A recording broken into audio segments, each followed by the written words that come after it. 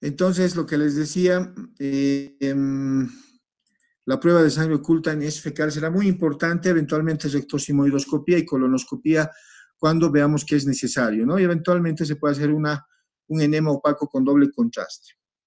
¿Y cuáles son los factores pronósticos que tiene el paciente? ¿Cómo podemos formular un pronóstico para nuestro paciente? Con estos datos, miren, se relacionan los factores pronósticos con uno, el grado de penetración del tumor, es decir, cuando nosotros hacemos una biopsia a mayor grado de penetración del tumor, obviamente el pronóstico del paciente es desfavorable. Quiere decir de que más capas de la pared del colon están comprometidas por el tumor, ¿no? Entonces, primer factor, grado de penetración del tumor en la pared del intestino o del colon, ¿no? Dos, la presencia o ausencia de compromiso nodal. Es decir, si en la tomografía, por ejemplo, que le vamos a pedir al paciente, si encontramos adenopatías, nos va a hablar este hecho de que eventualmente este paciente, a consecuencia del tumor, ya tiene metástasis, es decir, infartación ganglionar, que nos habla de una diseminación del tumor inicial que se ha desarrollado a nivel del colon, y obviamente el pronóstico también es desfavorable, ¿no? Y metástasis a distancia también es otro factor pronóstico desfavorable, ¿no?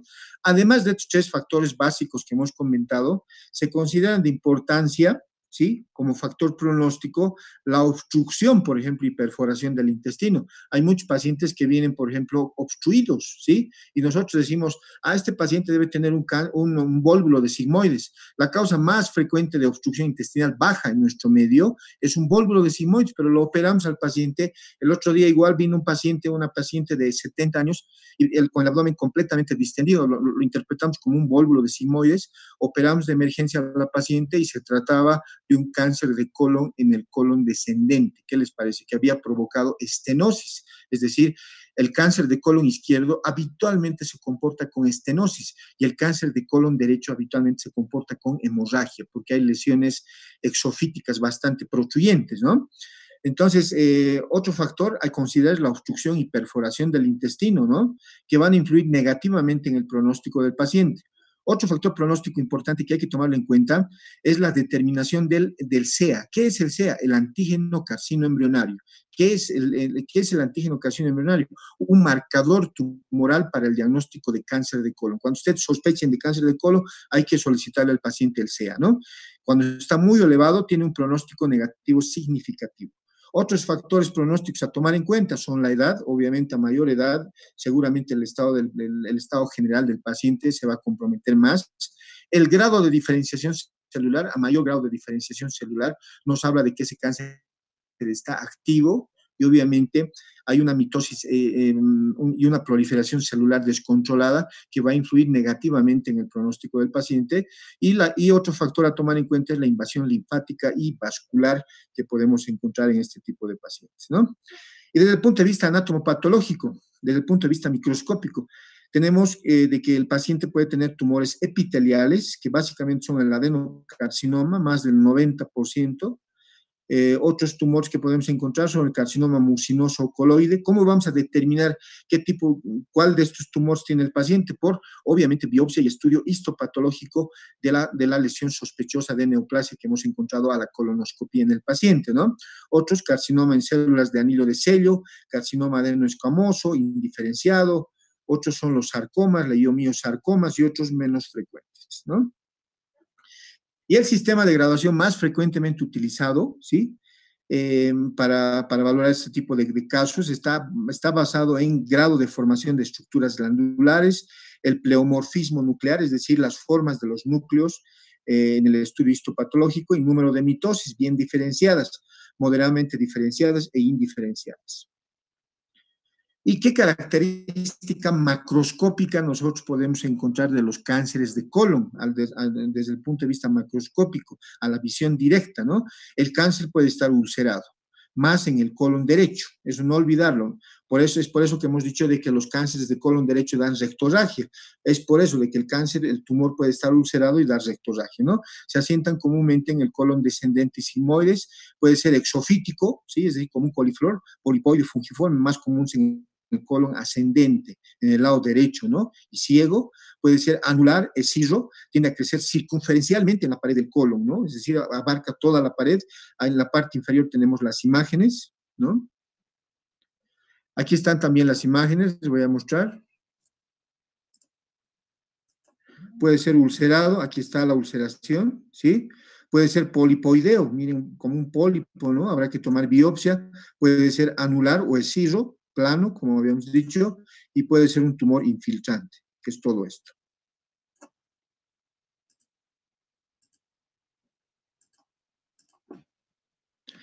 La localización será importante conocerla, la localización del cáncer de colon.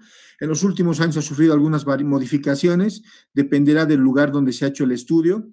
Tenemos el colon ascendente y ciego en un 25% de los casos, colon transverso 15% de los casos, descendente 5% de los casos, sigmoides 25%, recto sigmoides 10% y el recto 25%. Es decir, los más frecuentes son sigmoides, recto y colon ascendente y ciego, ¿no? Descendente mucho menos. O perdón, el transverso menor que los anteriores, ¿no? Aquí tenemos otra clasificación. Las estadísticas pueden variar de acuerdo al lugar donde se ha hecho el estudio, ¿no? Aquí otra estadística desde el punto de vista anatomopatológico. No olvidar que el 90, 95% hasta el 97% son adenocarcinomas. Ahí está la distribución en los distintos segmentos, otro estudio. Y estos son los sitios de metástasis más frecuentes, al hígado, al pulmón y más raro a los ovarios, huesos y al cerebro, que puede haber. Estas son las vías de diseminación del cáncer de colon. Se extiende por extensión intramucosa, es decir, empieza como una lesión inicial a nivel del colon, una lesión solamente en la mucosa. Por eso decimos extensión intramucosa. Posteriormente, esta va a evolucionar a una invasión directa de estructuras adyacentes, ¿sí? A las zonas vecinas.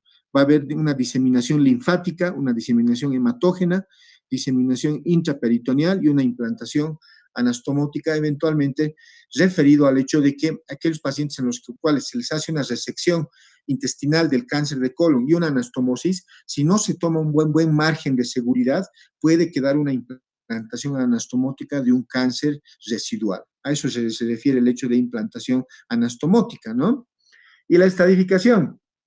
Existen varios sistemas para estadificar el cáncer de colon, aunque muchos clínicos están familiarizados principalmente con la clasificación de Dux, Asteler y Kohler, ¿no? Miren, hablando de la clasificación de Dux, tenemos esta clasificación. ¿Qué es el Dux A?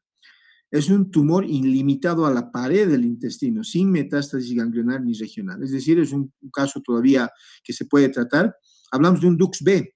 Es un tumor que se extiende a los tejidos extracolónicos. Ya está avanzando mucho más que el anterior, ¿no? O extrarrectales, pero todavía sin metástasis ganglionar regional, ¿no? El Dux C se clasifica en C1 y C2. Dux C, presencia de metástasis ganglionar regional. C1, metástasis a ganglios epicólicos y paracólicos, y C2, metástasis a ganglios principales. Es decir, todo esto nos va a ayudar a hacer una mejor valoración y estadificación de lo que le está pasando a nuestro paciente.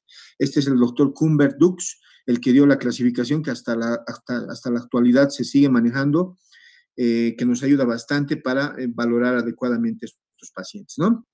Y tenemos variaciones de la clasificación de Dux modificada por Asteler y Kohler, en la cual existen algunas modificaciones, como ustedes pueden ver, ¿sí? Aquí vemos en imágenes la clasificación de Asteler y Kohler en carcinoma rectocolónico. Y tenemos la clasificación TNM para cáncer de colon, el sistema de estratificación TNM para cáncer de colon, en el cual, por ejemplo, T2 quiere decir que invade a la muscular propia, el T1 invade a la submucosa, T3 el tumor atraviesa la muscular propia. Todo esto es más desde el punto de vista oncológico, ¿no? El oncólogo nos va a realizar toda esta valoración, ¿no? De acuerdo a los resultados que reciba el oncólogo desde el punto de vista anatomopatológico, se va a poder determinar si es un T1, T2, T3 o T4, ¿no? Con sus características. Hablamos de N, ¿sí? Estamos hablando de la clasificación TNM. Y vamos a hablar, obviamente, de los ganglios linfáticos regionales, ¿sí? Por ejemplo, N0, no hay metástasis en ganglios linfáticos regionales. N1, metástasis en 1 a 3 ganglios linfáticos pericólicos o perisectales. N3, metástasis en cualquier ganglio linfático en un tronco vascular determinado. Hablamos de M0, no hay metástasis a distancia. M1, metástasis a distancia. Y obviamente va a haber agrupación por estadios. Por ejemplo, es un paciente que puede tener T1, N0 y M0. Ya van a saber, ya saben ustedes cómo interpretarlo, ¿no? Y la clínica, que es lo que nos interesa. Es muy importante que recuerden siempre la clínica que va a presentar el paciente, ¿no? Obviamente la presentación clínica en el paciente va a depender de la localización, ¿sí? Del tumor o del cáncer de colon y del estadio clínico del tumor primario. Esto es muy importante. Por ejemplo, en el cáncer colorectal temprano, ese es el gran problema que tenemos. Como está empezando el cáncer en el paciente, la mayor parte de las veces el paciente está asintomático o tiene síntomas leves, es decir, empieza a tener algo de constipación, ¿sí? Presenta rectorragia microscópica que no la detecta el paciente, ¿no? Y solamente en los estadios más avanzados podemos encontrar bastante signos, sintomatología. Es por eso que les decía, lamentablemente, de que la mayor parte de los cánceres de colon son diagnosticados tardíamente y por eso el pronóstico de los pacientes no es bueno, no es favorable, ¿no? Si el cáncer es avanzado, los datos más frecuentes son, por ejemplo, alteración del hábito intestinal, ¿sí? ¿Qué se refiere el paciente? Constipación, ¿sí? No olviden que en el cáncer de colon izquierdo, del descendente y del sigmoides también, puede haber lesiones estenosantes que provocan una estrechez a nivel del colon y obviamente eso va a condicionar constipación por alteración del tránsito intestinal, ¿no? De la materia fecal, que es común en neoplasias del colon izquierdo, lo que les decía, y el recto. La diarrea es más frecuente en los tumores del lado derecho, la diarrea y la rectorragia, es decir, por tumores exofíticos que pueden sangrar fácilmente, es más frecuente en tumores del lado derecho. El paciente también obviamente puede referir dolor tipo cólico. ¿En qué tipo de cáncer? ¿Derecho o izquierdo? Más en el izquierdo, porque como puede tener lesiones estenosantes, se altera el tránsito intestinal y obviamente el paciente puede tener tendencia a tener cólicos intermitentes, ¿no? Se presenta más en el colon izquierdo por las lesiones estenosantes, menos frecuente en el lado derecho, ¿no? El paciente también puede presentar anemia por la hemorragia crónica microscópica. ¿En qué tipo de cáncer? ¿Será derecho o izquierdo? Como hemos comentado, más en lesiones del colon derecho, que son grandes, protuyentes, vegetantes, ¿no? Y también rectorragia en neoplasias del recto y más frecuente en neoplasias del colon derecho también. Aquí está también otra vez lo que habíamos comentado, un resumen de la clínica en neoplasias del colon izquierdo, por ejemplo. Es común alteraciones del hábito intestinal como constipación, puede causar esa neoplasia, obstrucción parcial o completa de la luz del intestino, ¿no? Obviamente el lumen está bastante disminuido y estrecho, ¿no? Puede presentar el paciente de dolor tipo cólico, se presenta en el colon izquierdo por lesiones estenosantes, como habíamos comentado. Puede haber obstrucción parcial, náusea, distensión abdominal porque está alterado el tránsito intestinal por la lesión estenosante. Y muchos pacientes se presentan con complicaciones de obstrucción y perforación. En los del lado derecho puede haber diarrea con periodo de estreñimiento, con abundante moco, meteorismo y borborismo. Puede haber dolor tipo cólico menos frecuente y es más frecuente ver anemia clínica crónica por hemorragia crónica microscópica. Se presenta en lesiones del colon derecho, ¿no? Que son grandes y vegetantes.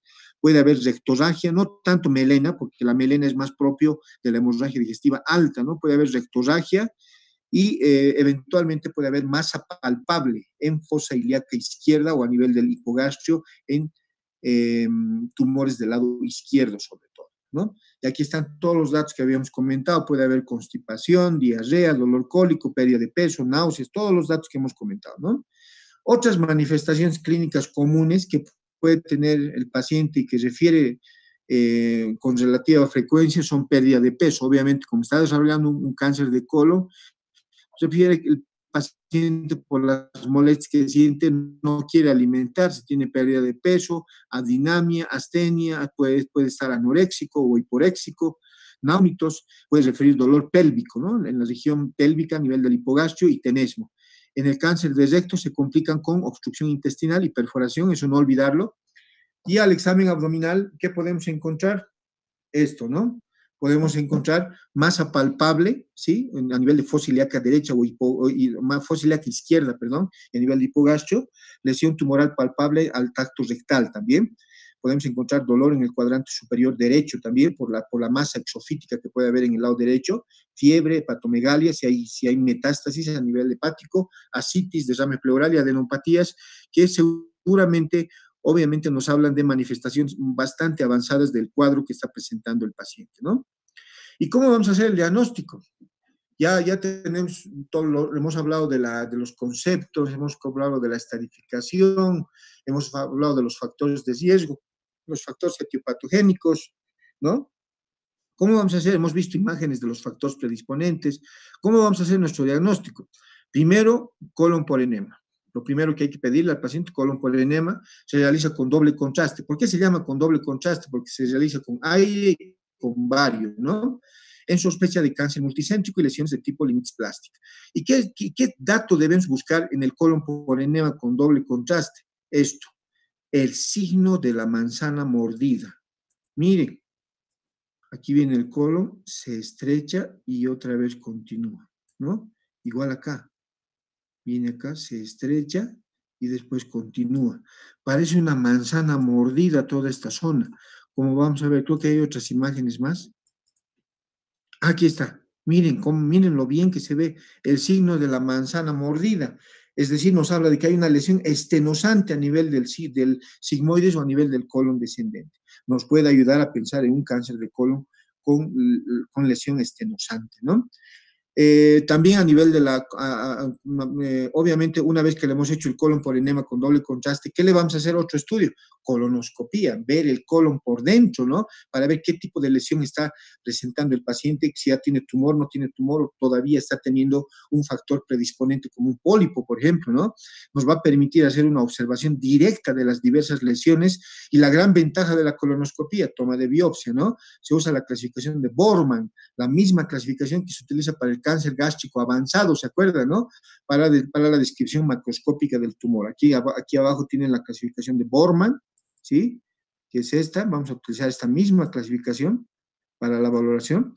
Aquí está el colonoscopio que se introduce por el ano, sigue por el recto, por el sigmoides, llega al descendente, al ángulo esplénico del colon, el transverso, ángulo hepático del colon, el ascendente y el ciego. Todo esto vamos a poder ver en una cámara de televisión por colonoscopía, ¿no? Vamos a poder ver todas las lesiones que puede estar presentando y obviamente vamos a ver dónde ha sangrado, que es lo que nos interesa, ¿no? Y miren, a la visión colonoscópica vamos a encontrar podemos encontrar todas estas lesiones. Miren los grandes tumores que podemos encontrar. Le hacemos al paciente una colonoscopia, miren este tumor, está ocupando casi el 60-70% de toda la circunferencia en el colon, ¿no? Igual acá, miren, vemos un gran tumor, todo esto es tumor, ¿no? Que está ya consangrado. Igual le hacemos una colonoscopia, miren, un gran tumor. No es raro encontrarse con estas sorpresas, ¿no? Y obviamente con datos de sangrado. Esto tiene alta probabilidad de ser un cáncer de colon, ¿no? Igual acá, miren, le hacemos colonoscopia al paciente, encontramos todo este tumor. Un gran tumor ocupando gran parte de la circunferencia del colon, ya con datos de sangrado. Entonces, todo esto lo vamos a poder valorar. Miren la gran utilidad que tiene este estudio para el diagnóstico de estas patologías. Igual acá, vemos acá otra lesión. Miren, un gran tumor, igual. O otro tipo de tumor. No olvidarse de que en todas estas lesiones hay que realizar biopsia, ¿no? Para ver qué tipo de tumor está presentando y obviamente hacer una adecuada valoración de lo que le está pasando al paciente, ¿no? Otro estudio que le podemos ver, hemos visto el colon por enema con doble contraste, hemos visto la colonoscopía. Otro estudio que le podemos hacer es la ecoendoscopía. Es muy útil para determinar la profundidad de infiltración tumoral. Es decir, este estudio es una combinación de la ecografía con endoscopía, ¿no? ¿Para qué nos sirve? Nos sirve para valorar cuántas capas del colon están afectadas por el tumor que está presentando el paciente. Es decir, determina la profundidad de infiltración tumoral en la pared de la víscera, en el colon, ¿no? También el estadio tumoral. La limitación es la falta de experiencia, es decir, hay que tener bastante experiencia para hacer adecuadamente este estudio. Y estas son las imágenes que se obtienen por colonoscopía, ¿no? Miren, estas son las imágenes. Aquí está la lesión sospechosa de una eventual neoplasia, donde indica lesión, ¿sí? Entonces hay que tener bastante experiencia para realizar este estudio. Esa es la limitación. Otro estudio que podemos hacerle al paciente, TAC. TAC de abdomen y pélvica, ¿no? Sirve para evaluar el abdomen extracolónico, ¿no? Para ver, por ejemplo, metástasis, podemos ver también algunas lesiones estenosantes, nos ayuda bastante y sobre todo para ver metástasis, ¿no? La pelvis extrarrectal, sobre todo en casos avanzados para detectar compromiso de órganos contiguos, ve ganglios linfáticos, paraórticos, hígado, si hay metástasis, el piso pélvico, ve la vía urinaria, una serie de datos que nos van a ayudar y orientar a hacer una mejor valoración del paciente, ¿no? Otro estudio que le podemos pedir al paciente, una plaquita de tórax, ¿nos ayudará? Sí, nos ayuda para buscar metástasis ganglionares a nivel pulmonar, como estas, miren. Aquí claramente se puede ver que hay lesiones metastásicas, ¿no? Que pueden ser secundarias a un cáncer de colon, ¿no? Entonces, es importante, nos ayuda. También podemos pedirle alguna resonancia magnética en caso de que se cuente, podemos pedirle, y no olvidarnos de la utilidad que tiene en este paciente el PCOH, ¿no? La prueba de sangre oculta en heces fecales, que nos va a ayudar bastante. Aquí está. Hablando de laboratorio, hay que pedirle al paciente hemos dicho que puede provocar anemia, ¿se acuerdan? Obviamente habrá que pedirle una rutina básica de laboratorio. ¿Cómo está formada la rutina? Hemograma completo, glucemia, urea, creatinina, grupo sanguíneo y factor RH y coagulograma. Esa es la rutina básica. Si estamos pensando en metástasis a hígado, también podemos pedirle, por ejemplo, un hepatograma o prueba de función hepática, es decir, bilirrubinas, transaminasas, fosfatasa alcalina, coagulograma y proteinograma. Todos esos elementos constituyen la prueba de función hepática, ¿no? Y como indica acá, y podemos pedir el examen general de orina y no olvidarnos de pedir el marcador tumoral específico para cáncer de colon, que es el CEA, ¿no? El antígeno carcino embrionario. Sobre todo ayuda en el pronóstico. Y nunca olvidarnos de la utilidad del PSOH, prueba de sangre oculta en heces fecales, que ya lo hemos comentado. Y el tratamiento, ¿sí? Aquí está orientado el tratamiento. Debe ser enfocado a criterios quirúrgicos y oncológicos, es decir, el manejo de estos pacientes siempre debe ser multidisciplinario, no lo debe ver solamente el cirujano, lo debe ver el cirujano, el gastroenterólogo, el endoscopista, el nutricionista, porque este paciente llega a tener una serie de alteraciones, ¿no? Entonces debe ser enfocado a criterios quirúrgicos y oncológicos. Hay que pensar, hay que valorar si este paciente se va a beneficiar de radioterapia, quimioterapia, con correlación de anatomía patológica, ¿no? Y obviamente, como les decía, la elección del tratamiento debe ser definido considerando factores tumorales y relacionados al paciente. Hablando del tratamiento endoscópico, se puede hacer también el tratamiento por endoscopía, sobre todo en neoplasias iniciales de colon. Cuando se ha hecho un diagnóstico temprano, se puede hacer un tratamiento endoscópico, indicado en el cáncer temprano, ¿no? ¿En qué consiste? En la remoción de los factores del factor predisponente para una neoplasia de colon, por ejemplo. El paciente presentaba un pólipo, ¿sí? O una lesión tumoral solamente localizada en la mucosa. Entonces se puede hacer remoción de la capa de mucosa, lo que se denomina mucosectomía por vía endoscópica con resultados satisfactorios, ¿no? Se puede hacer. Y también se podrá retirar los factores predisponentes para cáncer de colon, por ejemplo, un adenoma, habrá que retirarlo, un pólipo, habrá que retirarlo y mandar a estudio histopatológico para ver si era un adenoma, que es el pólipo que tiene gran posibilidad de desarrollar un cáncer de colon, ¿no? El tratamiento quirúrgico. ¿Cuál es el objetivo del tratamiento quirúrgico? Es la erradicación de la lesión primaria, ¿no? O sea, es muy importante, hay que erradicar el tumor, por ejemplo, y obviamente realizando siempre un adecuado vaciamiento ganglionar, que consiste en resecar todos los ganglios que están afectados y obviamente que están provocando una diseminación del cáncer que inicialmente se produjo a nivel del colon. Como indica acá, hay que erradicar la lesión primaria, hay que erradicar las áreas de drenaje linfático y órganos afectados. Si hay otro órgano afectado, lo podemos sacar. Hace aproximadamente 3 meses en el Hospital Bracamonte operamos un cáncer de colon, ¿sí? De colon sigmoides, ¿sí? Entonces, era un gran tumor en el colon sigmoides de 15 centímetros de diámetro que estaba provocando estenosis a ese nivel, ¿no? Una paciente de 45 años.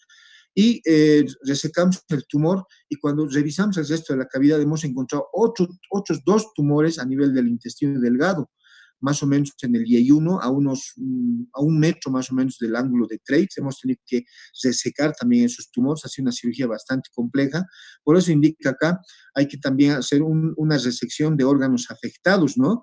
Debe ser realizado en base a profundos conocimientos quirúrgicos, oncológicos, de biología tumoral y anatómico, ¿no? Cuando el tumor está adherido a órganos vecinos, está indicado procurar la resección en bloque, situación que también puede lograr curación en un alto porcentaje en el paciente, ¿no? ¿Cuáles son las opciones quirúrgicas que tenemos en el cáncer de colon? ¿Sí? Estas, miren, en el cáncer de colon derecho, cuando el tumor, por ejemplo, está en el ascendente, en el ciego, ¿sí? Hay que hacerle al paciente una hemicolectomía derecha, hemicolectomía radical derecha, se concluye con la anastomosis ileocólica. Aquí está lo que les decía, miren, hay que resecar todo esto en el paciente, hemicolectomía derecha, ¿sí? Todo esto hay que resecarlo. Aquí estaba el tumor, por ejemplo, ¿no? ¿Y cuál es el límite para designar hemicolectomía derecha o izquierda? La arteria cólica media.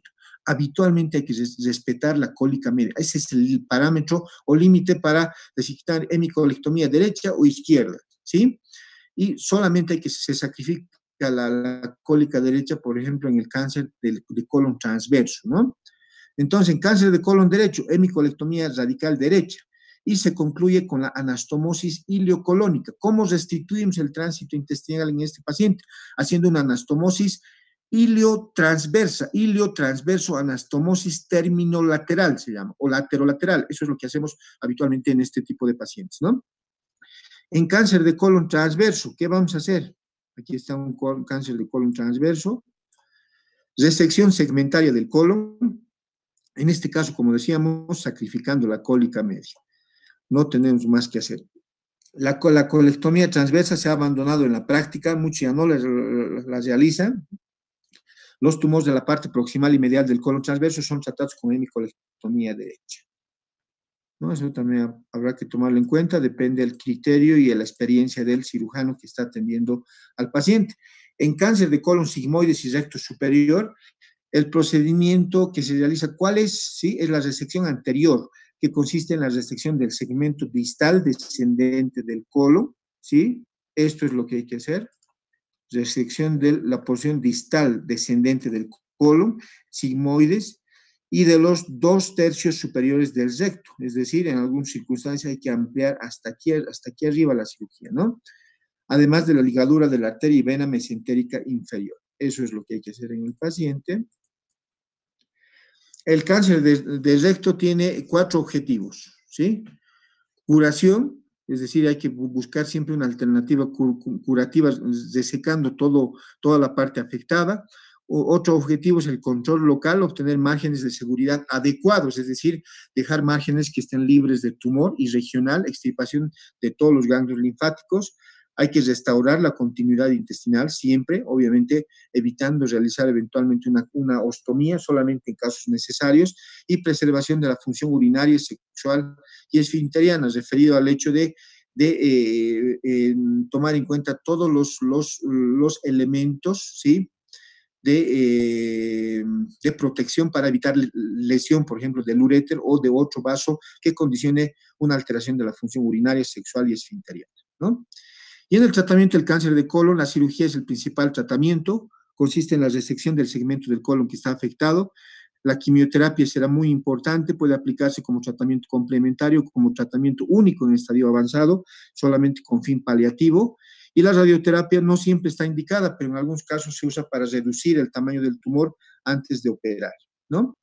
Y esta es la secuencia de hechos que ocurre en el crecimiento del tumor. Lo que les decía, empieza con una lesión inicial, una etapa 1, miren, una etapa 2 va creciendo más, y en una etapa 3 encontramos un tumor bastante grande que puede ocupar gran parte de la circunferencia del colon, ¿no?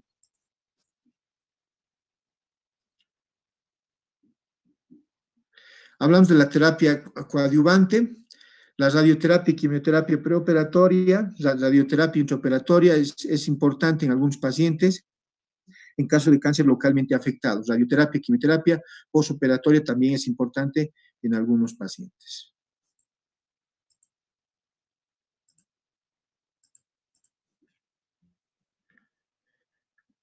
La quimioterapia, ¿sí? ¿En qué tipo de pacientes se puede utilizar? Con enfermedad aparentemente localizada y resecados con intención curativa, ¿no? El gran problema es de que puede haber recurrencia secundaria a una metástasis oculta que no ha sido identificada, ¿no? Que son microscópicas hasta en un 33% de los casos. Este tratamiento es con el fin de erradicar la enfermedad residual, ¿no? ¿Qué medicamentos se utilizan? Se utiliza habitualmente el 5-fluoracilo, el levamisole y el leucovorin. Se puede utilizar. Esto es básicamente utilizado por los oncólogos, ¿no? En la enfermedad avanzada o recurrente. Obviamente esto va a depender de la localización de la enfermedad. En caso de enfermedad recurrente, local o metastásica, a hígado, pulmón o otro órgano, la resección quirúrgica, si es posible, es el único tratamiento que va a ayudar adecuadamente al paciente, ¿no? Y en estos años se están utilizando nuevas terapias, se han hecho ensayos a base de un medicamento que se llama el bevacizumab, que es un anticuerpo monoclonal contra el receptor de factor de crecimiento endotelial vascular, y el cetuximab, que es otro anticuerpo monoclonal. Estas dos terapias basadas en el hecho de que el cáncer de colon tendría un componente genético importante, ¿no? Y el seguimiento es muy importante, el seguimiento de los pacientes con cáncer de colon o los pacientes que tienen antecedentes de cáncer de colon o lesiones sospechosas de cáncer de colon que pueden evolucionar a cáncer de colon, ¿no? Las técnicas de seguimiento deben plantear como IVA, ¿no? Y obviamente para hacer el seguimiento, la colonoscopía es el mejor método para el diagnóstico de la recidiva, tanto local o del cáncer metacrónico. Se recomienda seguimiento cada 3 meses durante 3 años y cada 6 meses los 2 años siguientes. Será muy importante. Aquí vemos neoplasias de colon, que ya hemos visto varias, ¿no? Esto ya es repitiendo, son tumores, ¿no? En esta imagen vemos imágenes para que se den cuenta de que el cáncer de colon puede estar localizado en distintos lugares. Aquí vemos un cáncer de ciego y de colon ascendente. Aquí vemos un cáncer de transverso que está estenosando la luz del intestino. Aquí vemos igual un cáncer de colon descendente que está estenosando la luz del intestino. Y aquí vemos tumores a nivel del recto, ¿no? Todo esto podemos encontrarlo en los pacientes. Y como cada vez están aumentando más los casos de cáncer de colon, se ha creado el día contra el cáncer de colon, que es el 31 de marzo, ¿sí? Entonces, se ha creado este logotipo, ¿no? Que nos explica 30 minutos al día te ayudarán a cuidar tu peso y mantenerte saludable.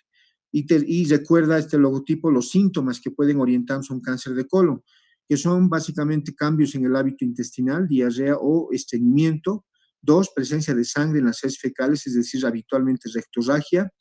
Otro, ir frecuentemente al baño, es decir, alteración del hábito intestinal, lo que habíamos comentado, con sensación de evacuación incompleta, ¿no? Es decir, tenesmo, que el paciente presente sangre por el ano, ¿no?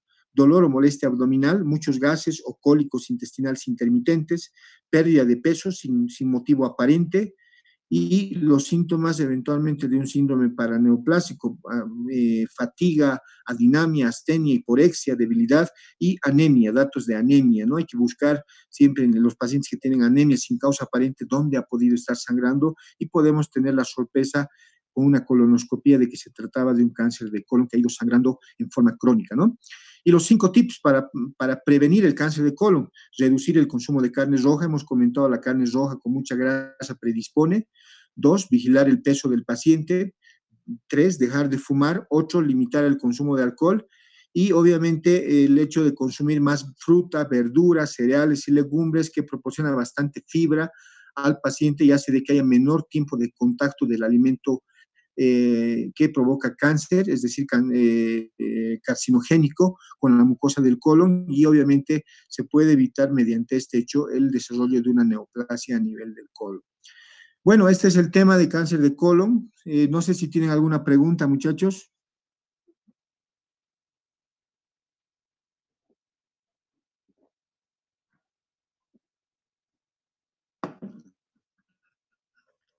No sé si tienen alguna pregunta. Buenas noches. Buenas noches, dime.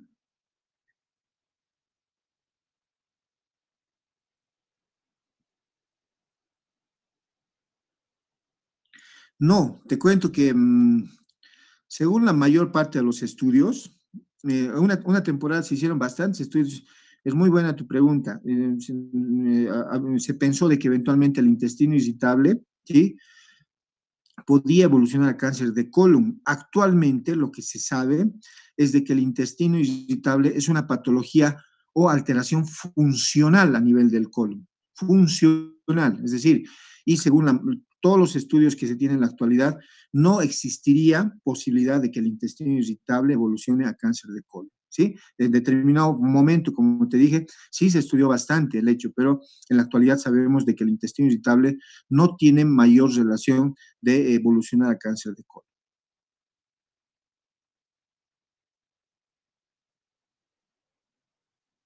Dime.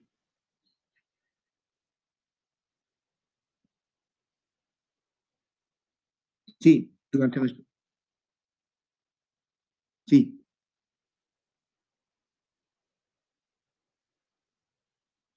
sí.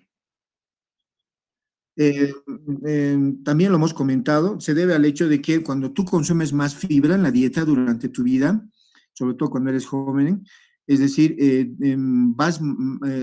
la fibra aumenta el bolo fecal intestinal, ¿me entiendes? Hace de que vayas más veces al baño. Entonces, si has consumido bastante carne, bastante grasa, no va a haber demasiado tiempo de contacto con este factor eventualmente carcinogénico con la mucosa del colon. Entonces, como vas más veces al baño, ¿sí?, lo vas a eliminar rápidamente. Pero ¿qué pasa con las personas que no consumen casi nada de fibra? Hay mayor tiempo de contacto del alimento carcinogénico con la mucosa del colon y ese sería un factor que predispone al cáncer de colon. Es decir, la persona que no consume fibra tiene tendencia al estreñimiento o a la constipación, tiene menor cantidad de bolo fecal a nivel del colon y ese sería el tiempo, ese sería el factor al producirse un mayor tiempo de contacto. Esa es la relación que existe ante la pregunta que me has dicho.